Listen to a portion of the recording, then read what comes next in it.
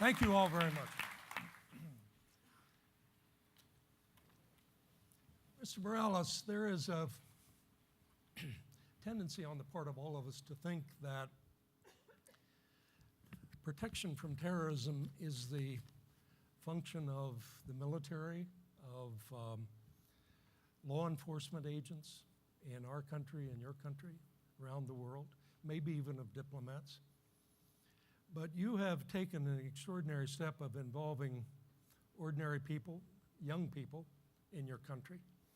Would you just begin by saying a word of the role that you think everyday citizens in the United States and Colombia, throughout this hemisphere and throughout the world, can do to help protect ordinary citizens from the violence of terrorism? Well, first of all, I'm honored to be here. Good night to everybody. Good evening to everybody. The involvement of civil society is part of a solution. Some people like us, like each one of you, watch the news and we see attacks and we see kidnappings and we see all kind of terrorist actions from revolutionary movements or terrorist organizations. In Colombia, we already have both. They are revolutionary movements and they are also a terrorist organization. And all we did in the past was complain in the front of a TV set. That's all. We complain, we go to the supermarket, we go to the bank, we go on a bus, and we complain and complain that the government is not doing enough. And then I grew up hearing John F. Kennedy say, it's not what the country can do for you, it's what you can do for the country. I mean, that sentence really defined what I was feeling about. Like, what can I do more? So all of a sudden, I discovered the power of technology, and all the people that were complaining and were thinking the same way that I was feeling. And we decided to launch a movement against terrorism for good. Like, I want to speak up. It doesn't matter if it takes 5 people or if 10 people are going to join me. And then when it happened, when the protests in Colombia turned into a millionaire movement of people just marching against violence, they were fed up with violence, it gave so much support to the army, to the people who were in captivity, to those soldiers who were risking their lives for defending the security of the country. So it all made sense. Because, you know, in Colombia, you can tell that Ambassador Brown felt the army was complaining and the government was complaining that they felt alone, that it was a one-way effort. And now when they feel that the civil society in a majority are taking actions and are supporting the actions of the army, are actually saying and demanding to the terrorists that stop it, we're not going to take it anymore. And it takes a lot of anger too. I mean, maybe when I speak, you will see that I'm somehow angry. I'm not now, but I am when it comes to Colombian affairs. And what happened is that the whole country decreed, we are fed up with violence. We are not allowing this to happen for another 40 years. This has to stop. And then the compromise of the society, along with the efforts of the government and along with the efforts of the army, have created a new country. And I would like you also to speak about how Colombia has been an example of how to advance in our fight against the terrorists. Commissioner Basham. I'd like to point out that for Colombia, it was a very real, it was something happening on a daily basis. The terrorism, the killings, and I think the mayor made a very good point earlier by stressing, we cannot become complacent here in the United States because we don't see that on a daily basis. You know, we get these episodic events like the Richard Reed, the shoe bomber, or the liquids threat from the UK, or Abdul Madala on the Christmas Day. Those things bring these issues to our consciousness. But we've got to be concerned. Look, they are going back and they're re-engineering. They're looking for ways to attack this country, and they're not going to stop. And several of these events where we've had the U.S. citizens on airplanes that took an action that prevented some very disastrous occurrences. So Whereas you had a very, every day you were living with it. We tend in the United States to forget about the fact that we have troops over there right now fighting for our freedoms, and we have to be conscious and alert here in this country to make sure we're all making sure that our children can grow up in a country that we've had the privilege of growing up in. Ambassador Brownfield, are there lessons from Colombia that we can learn here? Sure. In fact, Senator, I would suggest that Colombia in many ways has become an excellent lessons learning exercise on how to deal with the terrorism threat. And in fact, if I could piggyback on what Mr. Morales was saying and actually reinforce it concretely, one of the lessons that has been learned is both the importance and the effectiveness of getting popular support behind what you're doing. Example, exactly 2 years and 5 days ago, we bounced out of the jungle a total of 15, but it included the 3 U.S. citizen hostages that had been held by the FARC for 5.5 years. I went downstream and picked the 3 Americans up about 40 minutes after they were lifted from the FARC camp and the helicopters landed. And I was talking to them in the C-130 as we were bringing them back to Bogota. And I was talking to 3 guys who got up that morning absolutely convinced that it was going to be another day out of and another 5.5 years of them staying in the jungle. And what each one of them said to me at that time was, you know, this million man, which actually turned out to be, I would say 8 million, Oscar would say 12 million, men and women who marched in the streets of Colombia, and this was about 6 months earlier. The impact had actually reached them. They heard about it on the radios, and they were watching their FARC jailers, that's FARC, F-A-R-C, jailers as they were reacting to what was happening. The impact is definitely there. I would suggest there are other lessons we have learned. One lesson we have learned in Colombia is you have different terrorist organizations. You need a different strategy for each one.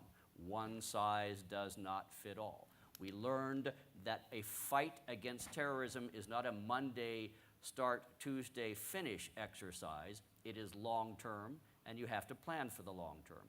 We have learned that the host government must buy in. If the government is not prepared to address the terrorism threat, we cannot do it for them. We learned that the institutions have to work, whether it's the mayors or the local government officials, public services, the police. If they are not working, you will not have a long-term solution to the problem. We learned that the approach has to be comprehensive. It also has to be flexible. What you start out doing in 2000 may not be what you want to do in 2008 or 2009. And finally, I would suggest we've learned that you have to have some sort of end game in mind. Terrorism is not a black and white exercise. It is not a 9-inning baseball game or a 60-minute football game. 300 million Americans, each one will have his or her own idea as to what constitutes victory and conclusion. You had better figure it out for yourself, otherwise you may find that you're there forever. I want to circle back on the issue of victory because we're used to fighting wars where there is a victory celebrated by a surrender and a declaration of victory. We'll discuss later on what that may mean in the so-called war on terrorism. But the theme of the evening is international cooperation on this question of an international threat. General Renwart is the successor to NORAD, a commander of the successor to NORAD, which was indeed an international cooperative venture during the Cold War. And General, I'd like for you to talk about how you take, if you will, the NATO experience, or even the NORAD experience of international collaboration, and transpose that to the very, very different post-Cold War world of terrorism. Well, Senator, I think there are the one truth, and Ambassador mentioned it just a moment ago, the one truth in a fight against a really irregular kind of enemy like a terrorist organization is that you have to attack it in many different ways. Certainly within each nation, all the elements of national power have to be brought about, and we're seeing that in Afghanistan today, a commitment for development at the same time as we see a commitment towards destruction in some cases. One of the things that was so fascinating to me after September 11th, I was the director of operations at U.S. Central Command working for General Franks. We immediately had a coalition of 60 nations, as you mentioned, Russia, generally not considered the closest of friends, was there because they felt the impact of terrorism. Small countries like Estonia and Latvia and Serbia, countries in Africa who have been affected by terrorism in their own countries, all came together to try to fight this fight. The challenge is that our consciousness as a nation is very finite. We tend to want to get past this immediate problem. We want to solve it right now and get on with life. And these kinds of threats, whether they are local or transnational terrorists, don't look at a watch. They take their time. They're very deliberate, and we have to develop a coalition that has patience. And that's been one of the real challenges. The longer we've gone since September 11th, the more difficult it is to keep that coalition together. But I would say that the one thing that we continue to see from a military perspective is that nations understand, and frankly the terrorist organizations continue to remind us, that unless we work collaboratively together, unless we pool the resources, intelligence, certainly military support, but education programs, development programs, unless you pool those together, you're not going to get at the roots that will grow a terrorist, and you still won't always be successful. The 9/11 Commission documented that the very complex intelligence community in the United States was not talking to each other. We hope, and some of us really hope, that situation is improved, and quite possibly it has.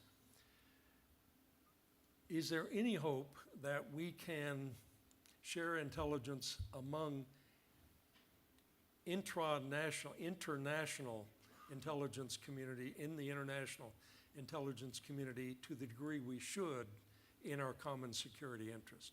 I'm going to let Commissioner Basham jump onto this as well, because I think what we have seen really in the last 5 years, so even since 9/11, but in the last 5 years, is with the formation of the National Counterterrorism Center, a focal point where, I'll be frank, reluctant partners were put in the same environment and almost forced in the early days to share.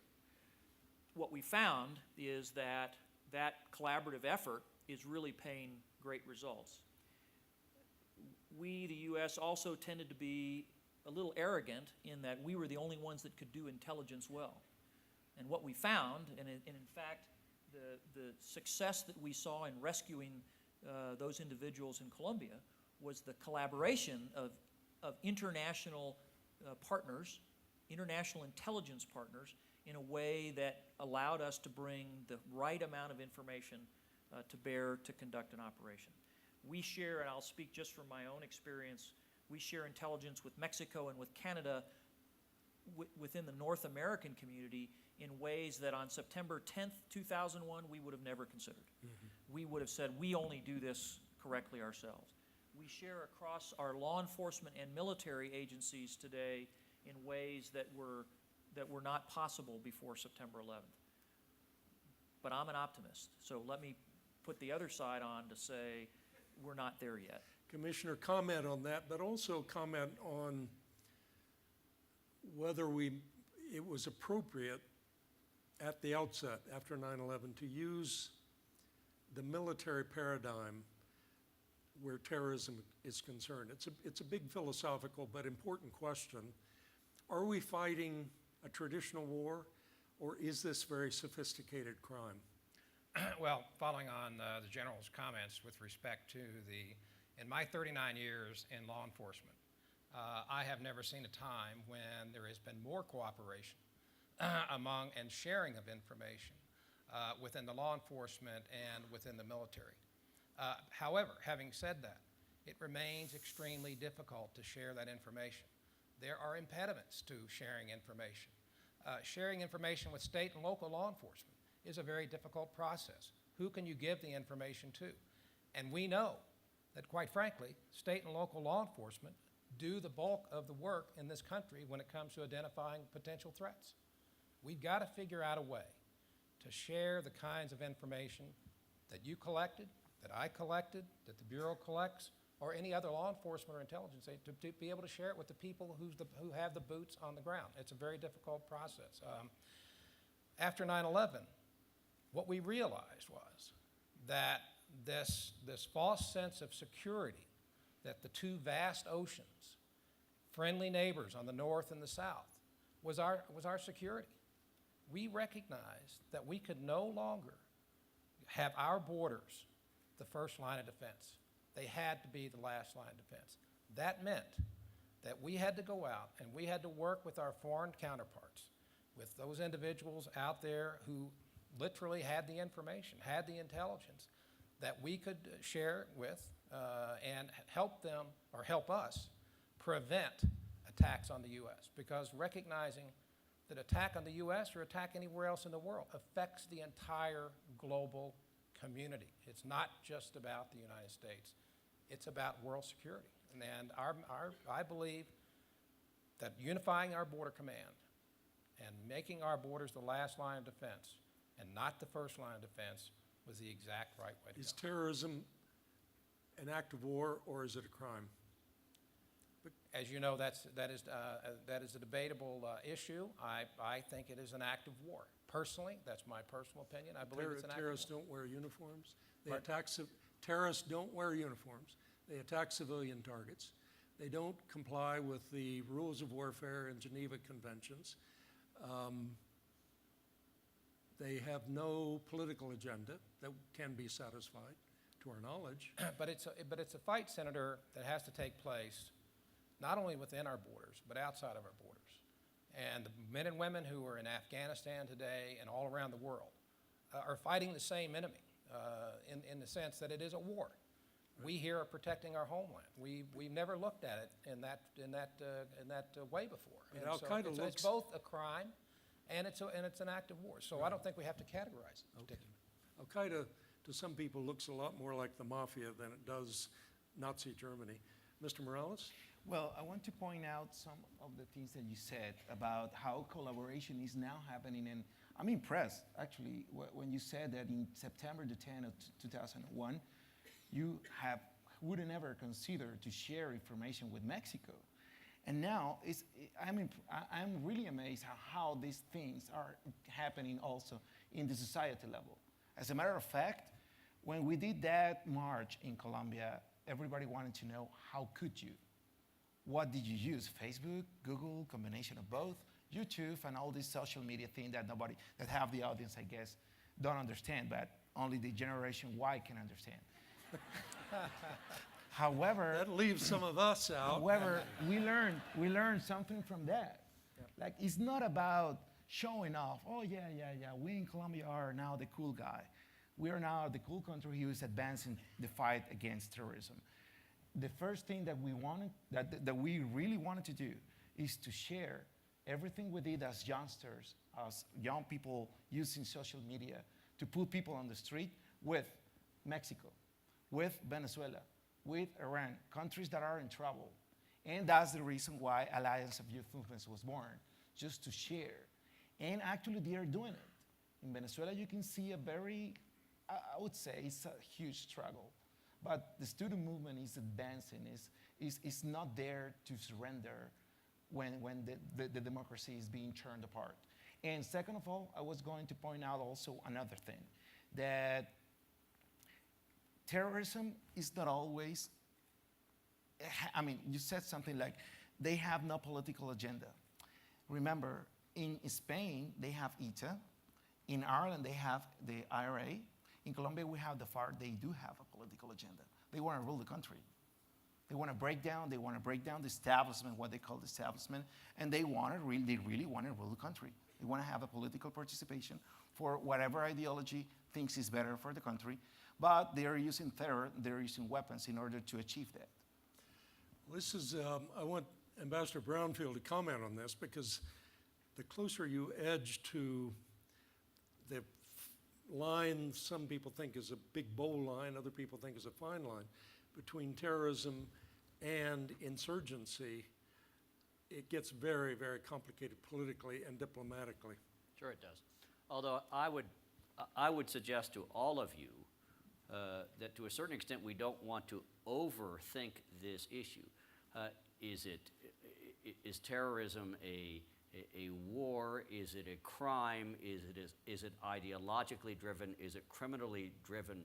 My own view is that the answer is probably yes to all of those questions, and you should incorporate that into your strategy and your approach. Anyone who thinks, for example, that you can eventually address and resolve the FARC terrorism threat in Colombia without addressing as well the fact that they are now probably the world's leading narcotics trafficking organization is bonkers. Anyone who thinks that you can address the violence that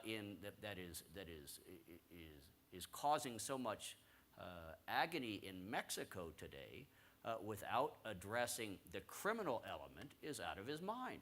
I am not an expert on Afghanistan, but I do happen to know that more than 50% of the world's total opium supply comes now from Afghanistan.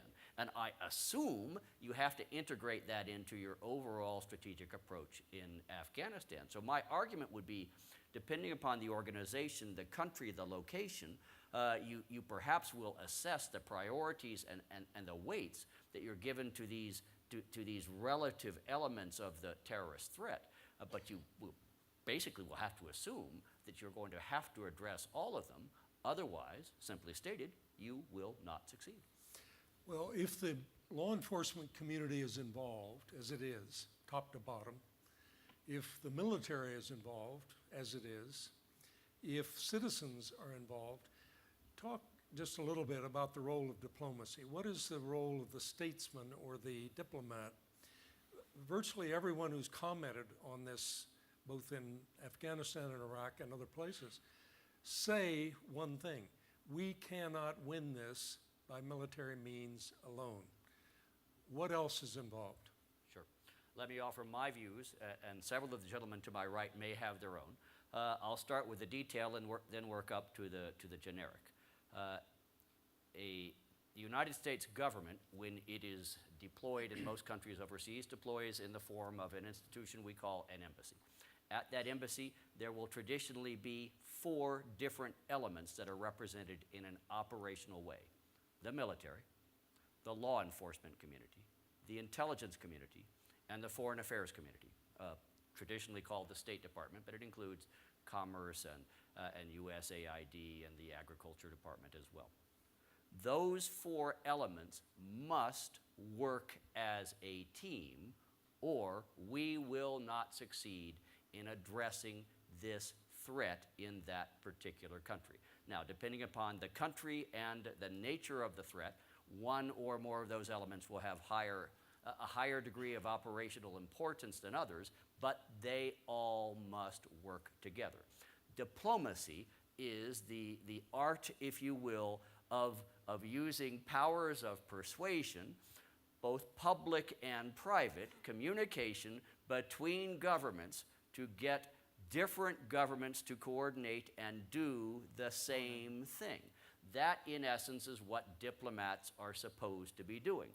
You rarely see it when we are successful. You definitely see it when we fail. And to a very considerable extent, when we are being successful, you almost do not see any evidence of it, because success is the absence of crisis, the absence of problems. I would suggest that in Colombia, over the last 5 to 10 years, we have been very successful on the diplomatic front. We have successfully worked with the Colombian government and a number of others to reach a common agenda in terms of what we are trying to accomplish. In other countries, which I will not name, I would suggest our diplomacy has not yet been so successful. Mr. Morales? I couldn't agree more with Ambassador Brownfield. You know, in the case of FARC, FARC is not only an organization that is solely for Colombians. They have branches in Venezuela, they have branches in Ecuador. I will name these countries, I can't do it. Sorry, Ambassador. But you're not a diplomat, are you? I am not a diplomat. No, but my point is that 10 years ago, can you imagine that a terrorist organization could have a website? They still have it in Sweden. So it's the task of the Colombian ambassador to Sweden to go there and try to shut down a website that is a publicity for terrorism, not only for Colombian terrorism, but for all kind of terrorism. So we have to set like the precedent that we need to take down those supporters of terrorism. Now the Swedish government is being, let's say, naive, and I would say is tolerant with that. I remember 15 years ago, FARC had an office in Mexico City, in DF. They have a radio station there. And what was the Colombian ambassador to Mexico doing? Nothing. There was a time in my country, sad to say that, but it was like that, the reality was like that ambassadors were only having a vacation abroad. They were just dealing with very important people of town and doing nothing. Now it's different, and this is the change that ambassador is telling. Actually, he as a US ambassador, I've seen him on the news every day, engaging into all these agreements and collaboration. I would say also, Ambassador, without the help of the United States of America in terms of technology, all these gadgets, the radars, the X-rays, and the helicopters, we couldn't have been where we are now. So it's a matter of engaging public diplomacy, collaboration, technology, military, all of them together. General, you would know better than anyone that our legacy military force structures and weapon systems carry over from the Cold War. Carrier task groups and long-range bomber squadrons and big army divisions. Yet, when we first invaded Afghanistan, we were using Delta Force, Rangers, SEALs, guys in native clothing on back of mules, very colorful description. Warfare that looked a lot more like the 11th century than the 21st. Talk a little bit, if you will, about the role of the special forces in this war crime borderline area. Well, I think maybe first important to note that these organizations, these terrorist organizations, whether they are illicit traffickers using terror as a tactic, whether they are true insurgents that are trying to take over a government, all have found the way to operate in the seams of our freedom. They operate on the internet. They travel freely across borders in places where that's permitted. They take advantage of illicit trade and traffic as a means to move people, money, influence across borders. And so these tools that are used by these organizations are the kinds of things that we as a nation, as nations, have to find a way to fill those seams. How does that relate to the military? We found that in Afghanistan, for example, as we developed the initial planned the initial operations in Afghanistan, you had the traditionalists that said, we have these big forces, so we should take 753 C-17s to move stuff into Afghanistan and invade. And the others who said, and I think the smarter minds that prevailed said, no, we have smaller tools. First, we have an indigenous population that can be supportive. Second, we have great talent and expertise in our special forces. And we have very highly knowledgeable individuals in another agency that we can't talk about here who all can put themselves together in a time and place to be productive. And then you take and you put the technological advantage that the U.S. brings, communications, precision navigation, precision strike. One of the great stories of Afghanistan is a Navy SEAL who had landed in the middle of nowhere in October in the snow, and out of the dark comes this Tajik warrior, literally on horses and mules, and of course doesn't trust this American. And the American SEAL says, well, I know you've got those Taliban fighters over there. In 21 minutes, I'll make them go away. And of course, this warrior says, oh, no, that's not possible. We've been fighting them forever. Unbeknownst to him is a B-52, high overhead, out of earshot. He's got a GPS, he's got a laser rangefinder, he can talk on the radio, and 21 minutes to the second, those Taliban forces went away. That's the transformational nature that we had to find a way to take advantage of, combining the technology of the U.S., the sophistication of the U.S., with really very simple means of transportation, communication, and conducting warfare.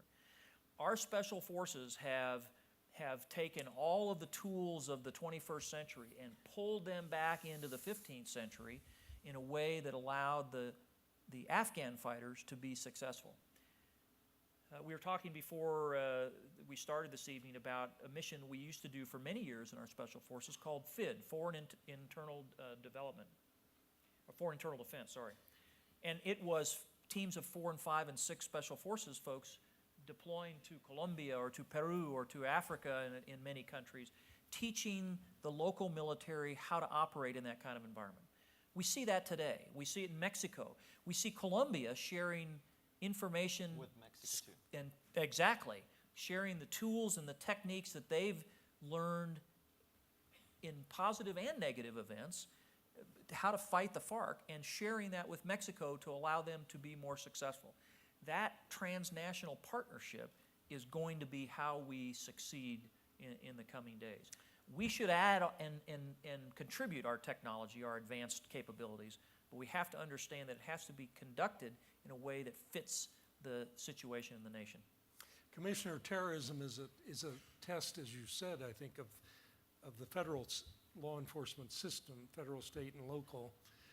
I said to Mayor Hickenlooper one time, sometime back,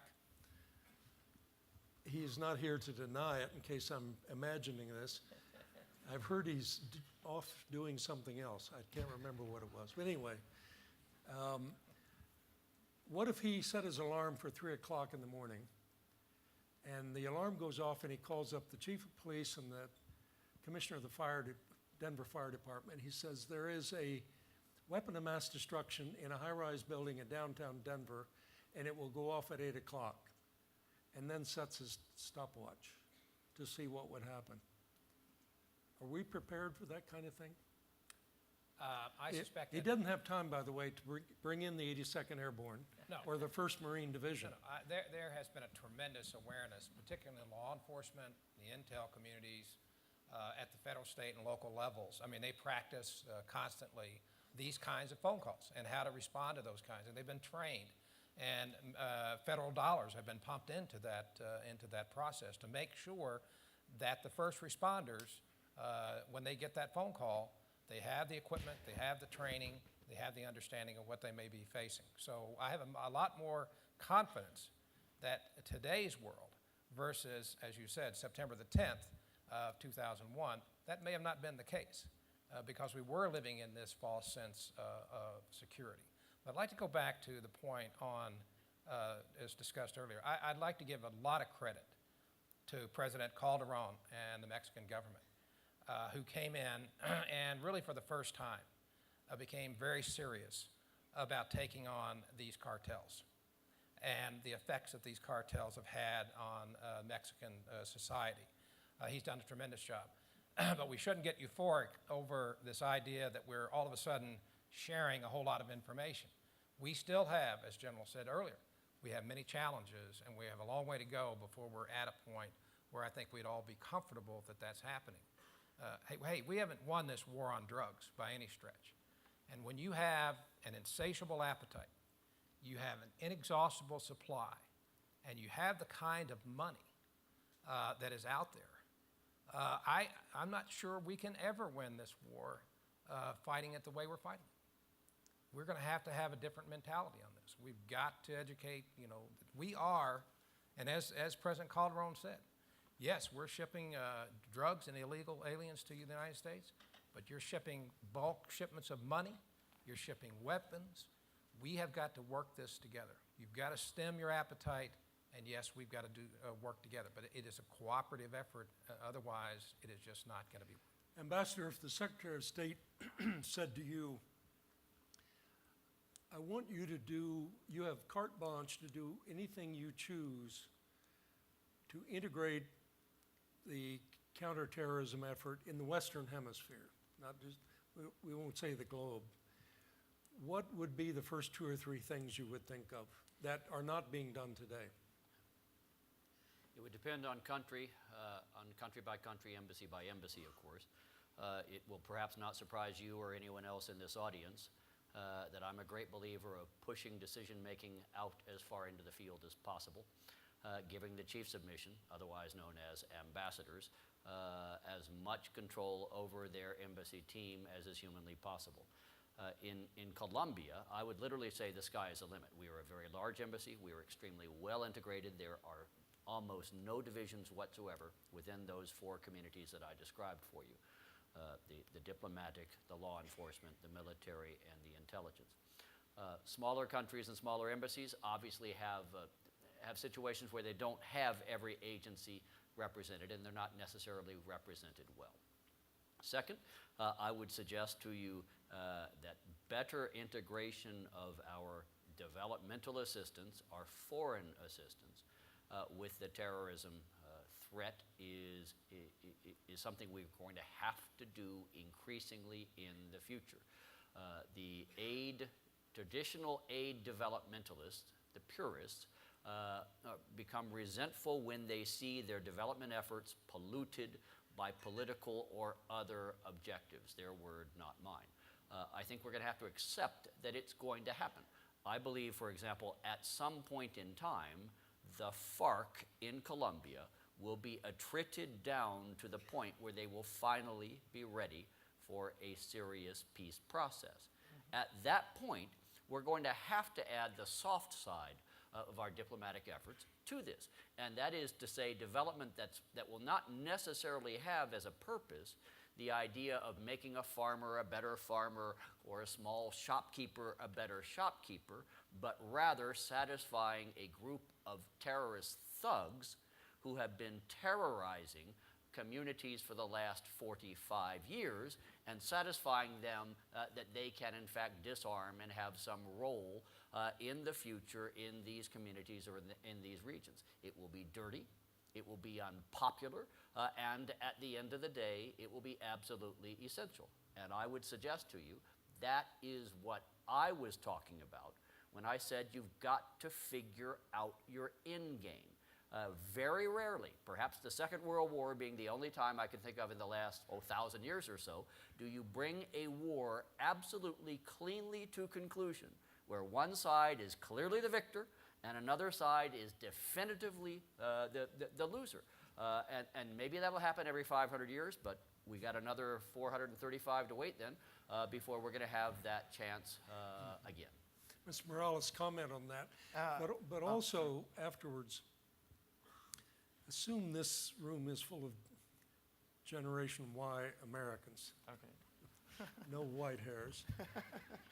And you were to say, based on your experience, what you think they ought to be doing or thinking about terrorism. Okay, here's the thing. Now, I will start by answering the last question. I have something else in mind answering to Ambassador Brownfield.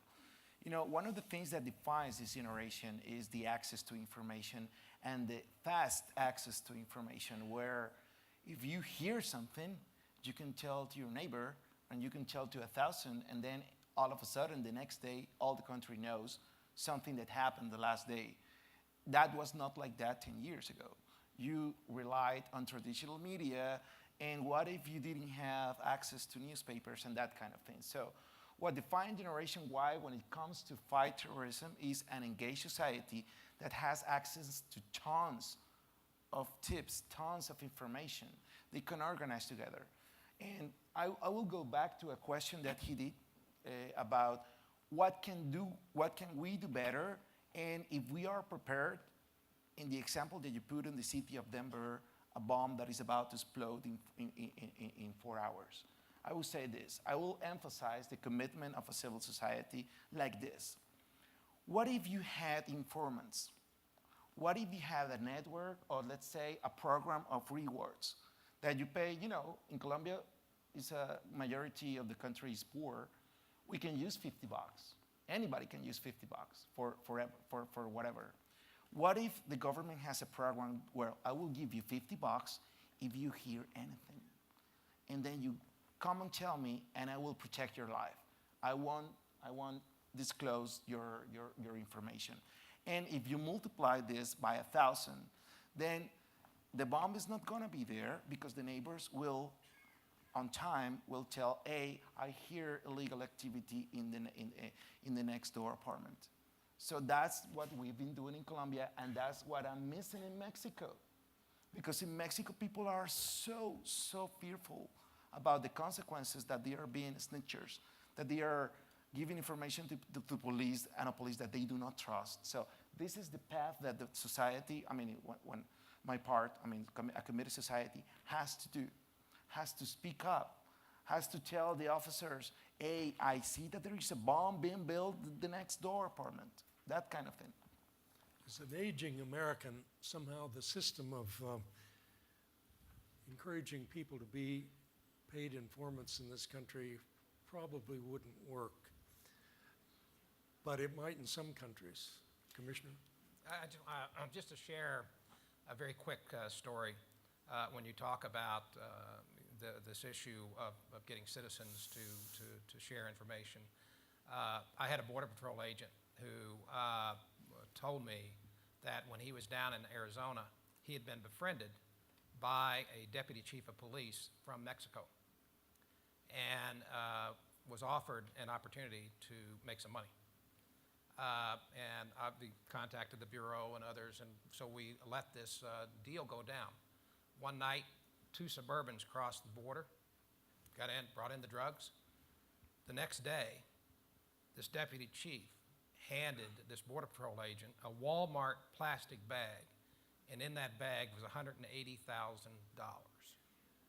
That's the kind of problem. That's the issues that we're dealing with on the border of Mexico. The money and the corruption and the threat of corruption, it is just a huge problem.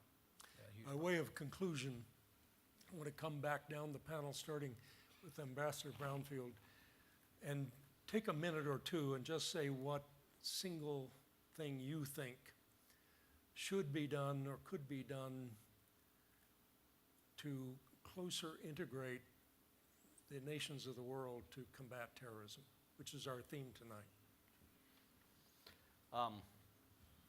I'll offer 3 or 4 disjointed suggestions.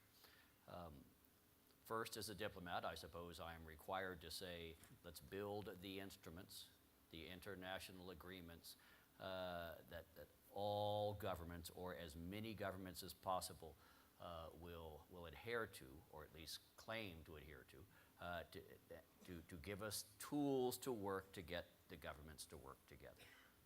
Second, we talk about eliminating the firewalls between U.S. government, state government, and local government institutions within the United States of America. Let's take that same concept and extend it overseas. Obviously, different strokes for different folks. Some countries we can cooperate with very closely. Some countries we should not even dream of cooperating with, but let us have enough flexibility in the structure to allow that degree of cooperation.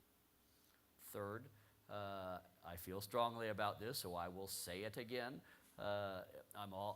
There's nothing inherently wrong with centralized decision-making, but the people that are out on the front lines, whether they are law enforcement, military, intelligence, or diplomats. You want to let them have as much flexibility as possible in making their own decisions.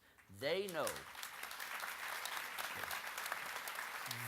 what's going on out there far more than people back in headquarters. But they need to have the ability to make the decision and the certainty that unless they screw up big time, they will be backed up. In my judgment, those three things would give us a much better stitched together effort internationally to address this threat. Thank you. Commissioner Basham? Well, first of all, I concur with the ambassador's point of view, but I will also say that we, the United States, and General Renowart said this earlier, we've got to recognize that we don't always have the answers to all the problems. And we have to be willing to share, and we have to be willing to listen to our foreign partners out there.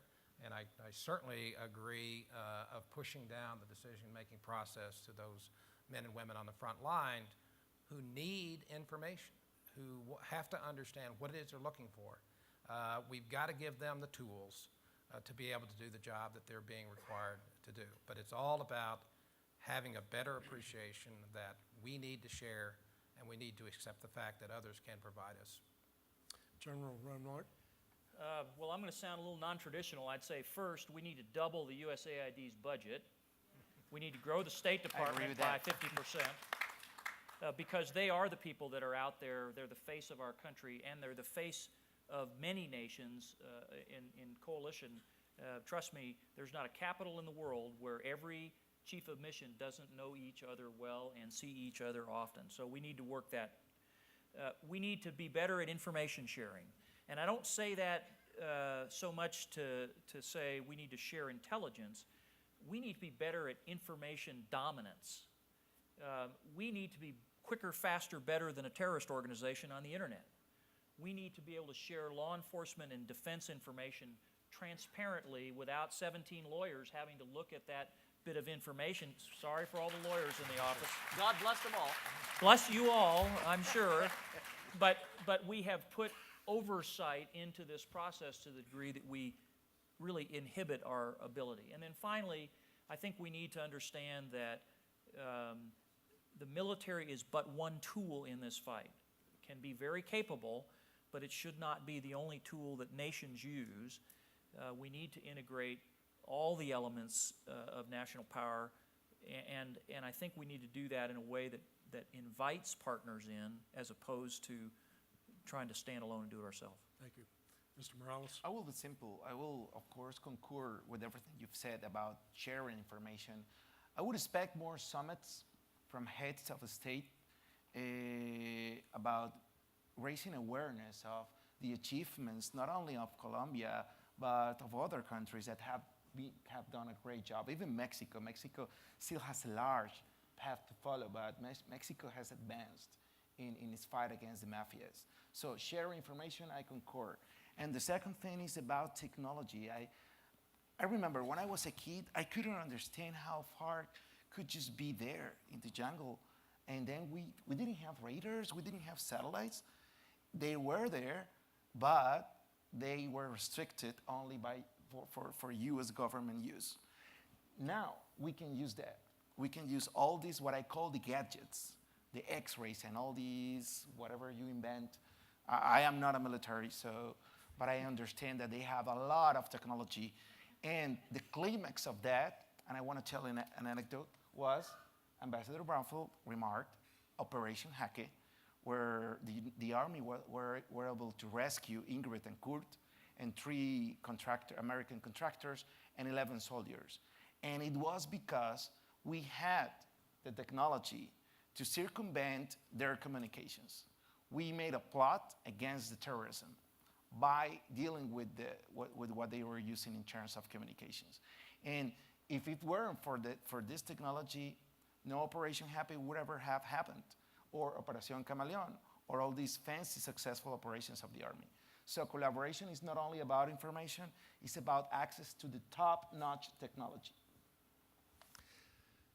We did not defeat imperialism by ourselves. We did not defeat fascism by ourselves. We did not defeat communism by ourselves, and we will not defeat terrorism by ourselves. This is an international challenge that affects a lot more people than just those of us in the United States. We are fortunate in this country to be as secure as we are, but we are not as secure as we'd like to be, and probably never will be. I hope the lesson that you have learned from this distinguished panel is that we are all in this together, and it is together that we will overcome this challenge. I thank Mr. Morales, General Renwart, Commissioner Basham, Ambassador Brownfield, and I want, as we turn the platform back to Larry Meisel, I want you to join me in thanking this distinguished panel.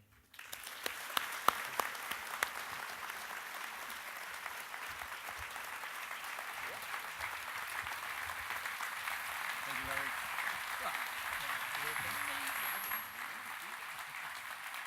Thank you all very much. We appreciate your attendance, and have a nice evening.